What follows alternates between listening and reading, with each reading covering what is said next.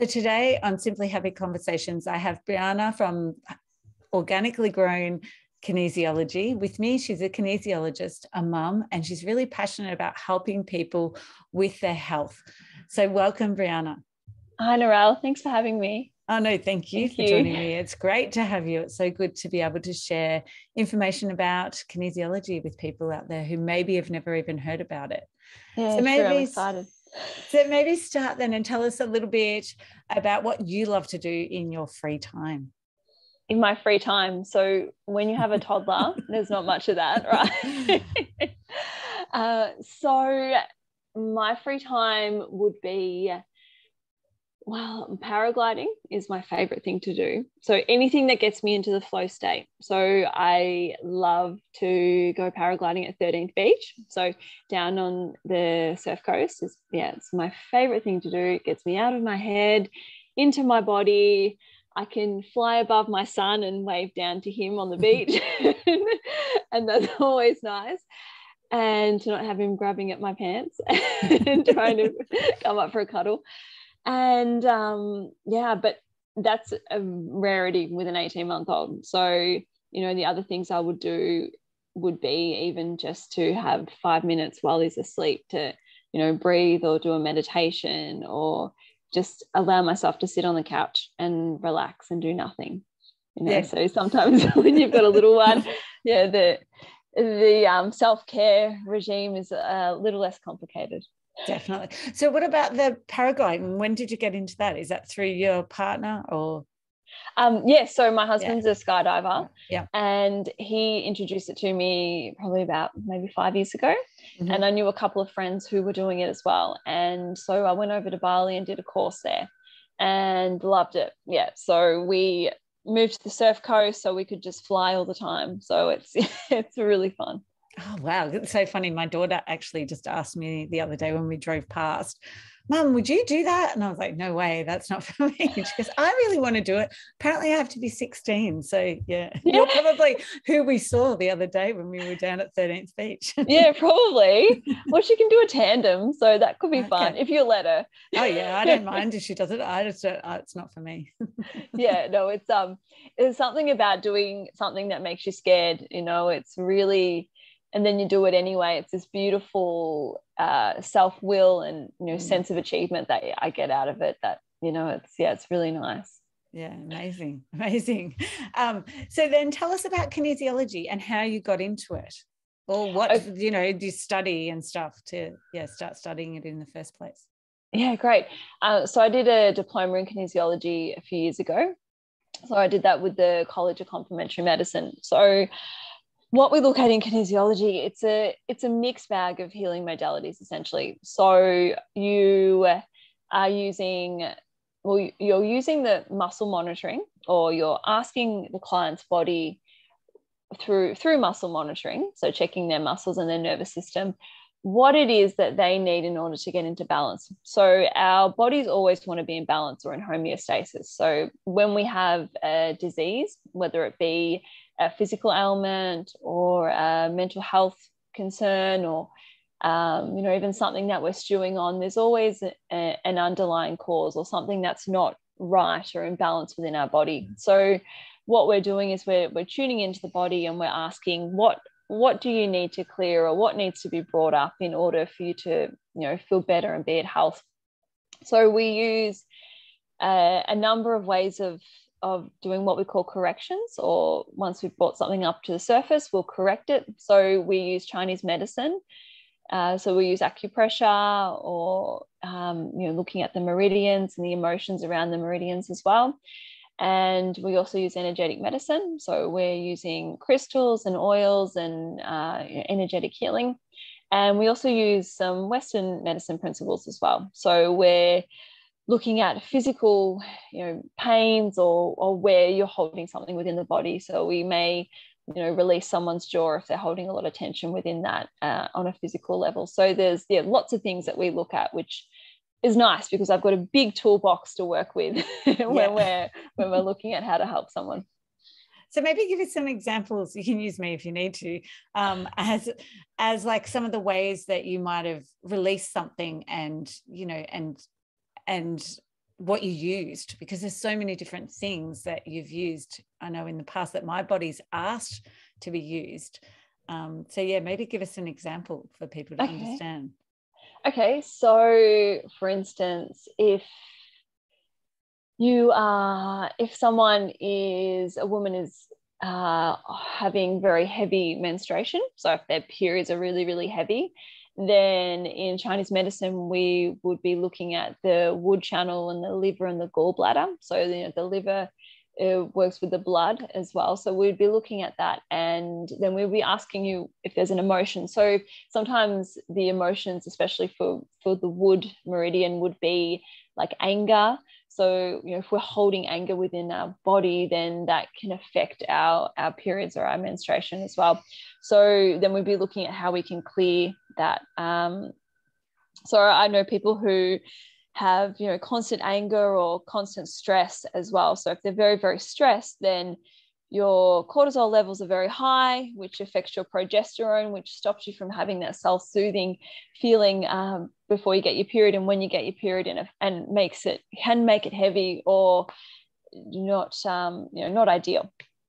So sometimes it can even be simple as releasing the jaw, as I mentioned before, or looking at the ways that we can help you clear your hormones so that they're in a better balance. So looking at how we can support you.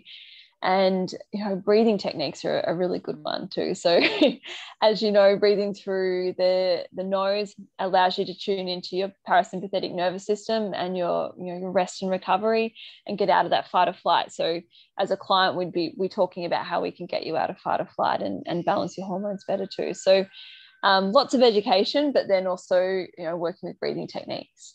And that definitely helped me by looking at, because I was a mouth breather in particular at night.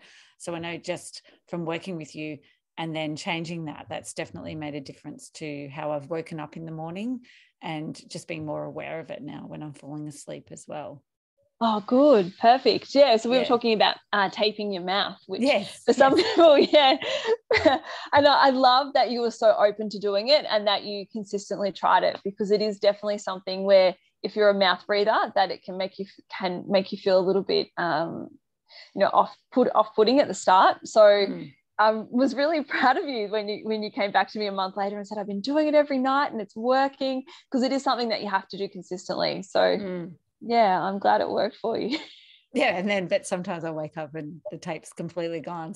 And my mouth is obviously dry and wide open, and I've been really tired. So I find that that's on the nights that I'm really tired, that no amount of tape is going to keep my mouth closed. No, I know my husband tapes his mouth as well, and there's always bits of tape all over the doona and the sheets everywhere. But yeah, so it works well though. So what we're saying is, for those listening, is that we shouldn't be breathing through our mouth.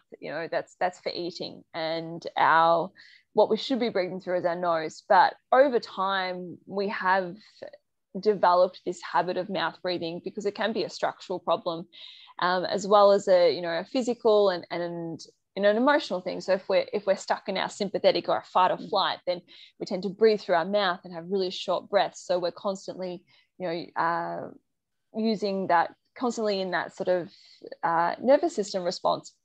But if we're breathing through our nose, then we're in that parasympathetic, where it's a rest and recovery. So we're breathing as we should. We're using our nose to filter out toxins. We're getting a really healthy level of nitric oxide as well. So that helps with your blood pressure, and it's got a lot of health benefits. But it is something that we have as a race, as humans, we've been doing over the last couple of 100 years. Our jaws have gotten smaller and our brains have gotten bigger, but we're not using our nasal passages as we should. So definitely wearing masks, I'm sure, isn't helping us either, is it? Because I know I breathe through my mouth a lot more when I'm wearing a mask as well. Yeah, true. That can feel suffocating. Yeah. So how did you get into kinesiology then and move away from dentistry? So good question. I know it's always nice to have. I feel like it's always nice to. You and I, Narelle, were talking about this earlier on today, how it's always really nice when you have a career that you start off with and then you're able to develop that into another career in the future. So through dentistry, the things that I really love about it is being able to connect with my patients and help people with, dental anxiety, and help children in the dental setting as well. And as an oral health therapist, I really found that I was able to really help my patients in that way, and on an emotional level, and not even just about their teeth, but their whole body. And I thought I really need to be able to study a healing modality where I can encompass general health and really work with people as a whole, as opposed to just looking at their mouth.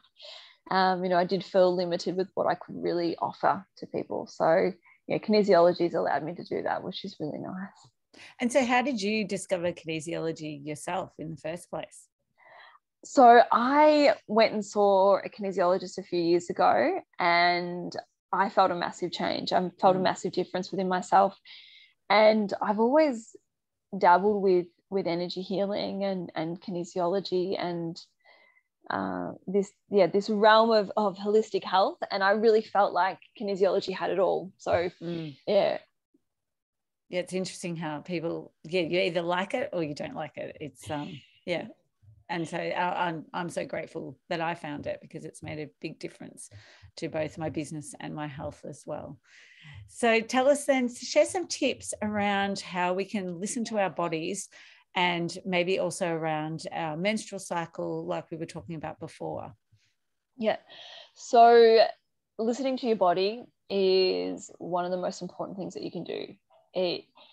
We can get really stuck in the day-to-day grind where we're just, running the kids around, driving around, doing things in our heads all the time. And sometimes you get to the end of the day and you're exhausted. And when you're not really connecting with your body or how you're feeling, then you can lose track of where you're at. I know personally, sometimes I jump in the car and I go, hold on a moment, have a breath. And I just take a big deep breath through my nose into my belly and just feel into my body. And I say, how are you going, body? How are we feeling at the moment? And, I feel into my body. So I ask myself, what are we feeling? Okay, so it's, I'm feeling a bit flighty. Okay, so where am I feeling that? And I'm maybe feeling that in my hands. So, connecting with my hands and see where that's going. So, and then I go, okay, so why are we feeling flighty? And I'll, go down the path and really become the observer of my thoughts as well. Observing your thoughts is really important too. It allows you to practice not being attached to things too. And, sometimes if I'm feeling flighty, it might be because I am going to get my period soon. And, I haven't been listening to my body. And instead of resting, which is what I should be doing at that time of my cycle, I went and did a run, or I did something that was full high energy, which is what I should be doing when I'm ovulating. So, tuning into your body and really listening to where you are in your cycle is really important. When you want to plan things in life too, plan it around your cycle. So if you have a big speaking opportunity, you want to do that when you're ovulating. That's when you're allowed to express yourself to your fullest. So yeah, tuning into your body is super important, especially for us women. We are so wonderful. And if you're connecting with where you're at every week, you have the opportunity to learn something new. Even when you get your period, it's a chance to release what energy or what things you haven't released throughout the month. So it's one of the most important things we can do. Yeah, and I don't know about you, but I don't remember learning any of that when I was a kid. And it's only later in life that I've, focused on it through even just business coaching and learning about your cycle and how to use that to your advantage. So, yeah, I think it's something that hopefully that message is getting out to the younger population more so than it used to anyway. I hope so. And I mean, tracking your cycle is good. Those apps are really, really good. So, if you're feeling an emotion, you can look at the app and see where you're at in your cycle. So if you're feeling a bit depressed or a bit down, you have a look at the app and you know that, you're going to get your period soon, or then you go, oh, okay, that's why I'm feeling like this. Or, I probably shouldn't be making big decisions at the moment, and I should just take a step back and nourish myself. But it is definitely a societal thing. It's, we're taught to be very masculine in society and to go, go, go, go, go. And the feminine is not always allowed to express itself. So hopefully that is for younger children. You're right. Hopefully they have parents like us who we can show them the way. Yeah, definitely. So do you want to go through the cycle so that and share with us the different parts and what we should do during the different parts of it? Okay, sure. So we have our luteal phase. So before after we've had our period, we're then going into ovulation. So it's about 28 to 30 days after your period starts is when is the cycle. So that's also with the moon, which is really, really nice. So you can see what the moon's doing too. So if it's a full moon, that's when we're meant to ovulate. Again, it's not for everyone, and everyone's cycle's not going to always be in tune like that. And when it's a new moon, that's when we get our periods. So I think it's in Ayurveda, they talk about that the full moon is the fullness of the ovaries and when they're ready to be released, which I think is just beautiful. So when we, I guess the biggest point is that I would like to talk about throughout the cycle is your hormones, is nourishing your hormones throughout those 4 weeks. So when we're ovulating, which is a couple of weeks after you start your period, you really want to be doing things that are energetic. You've got a lot of energy, you can express yourself fully, and spending time with your partner is really, really good as well at that time. Obviously it's like we're meant to mate, right? So our body is really pushing us to do that. So make sure that you really book in those high energy things at that time, and balancing out your hormones is really important then too. So the biggest thing that I see my clients do is the 2 weeks before they get their period, or as soon after they ovulate, that's when you want to be really focusing on increasing your progesterone. So the progesterone is the self-soothing hormone, and that self-soothing hormone gets eaten up by cortisol for women. So cortisol is a stress hormone, and that's only meant to be released in short bursts. So it's only meant to be released when we're, say running from a tiger out of the cave. But we tend to use it throughout the day a lot because we're in that sort of society, a lot of us. And so by having that cortisol eating up that progesterone, we're losing out on that self-soothing feeling. So that's when you can feel like you have PMS or feel a bit low before your period as well. So the ways to increase your progesterone would be to obviously lower stress. So removing yourself from those stressful situations and trying to balance your schedule at that time after you've ovulated so that you're able to have more rest. And doing things that make you feel good too. So going out for lunches with your girlfriends, for walks, doing yoga nidra is always nice that time of the month as well. So doing those things that are nourishing within yourself, and respecting your own boundaries as well. So if you don't feel up for doing something, then allowing yourself to say no is really important too, and being okay with that as well. So yeah, I think throughout the cycle they would be the biggest points I'd like to talk about. Oh, that's great. I love that, the saying no, because I definitely didn't do that in my 20s and just was going with the flow and didn't have any boundaries. So that, I think that's a great point to take away for people is listen to your energy and what you need, and it's okay to say no and look after yourself, isn't it? Yeah, it is. It's okay to look after you. I feel like especially as mums too, we're constantly looking after everyone else, so it's okay to look after us. But also, but setting healthy boundaries or healthy expectations on what looking after you means. So maybe you get to go to the toilet by yourself for the first time of the day, or something like that. So. So you know it doesn't change even when they're older. They still will open the door and say, Mum, and it's like, guys, I'm on the toilet. Can you just wait? Or shower. There's just like, yeah. Oh no. They do feel a little bit, they'll look away, but they still have to come in. Oh, but we love them. You do. Oh, it's been so great and lovely to hear a little bit about kinesiology and how it can help people with their health, and looking also at their cycle and the energy around their cycle. So how can people connect with you or find you? Okay, so you can find me on social media. On Instagram would be the best way. So at organically_grown_kin is my Instagram page. I also have a website as well. So Organically Grown Kinesiology. If you Google that, you'll find my website, and you can message me on there too. I'm taking a lot of online bookings at the moment as well, and we're moving up to Sunshine Coast soon, which will be lovely, and I'll start a clinic up there soon. So yeah, please connect with me online or Instagram. And if anyone's got any questions about kinesiology or wants to know more as well, I'm more than willing to answer your questions. So yeah, reach out. Oh, thank you so much for your time and all of your inspiration and information about kinesiology.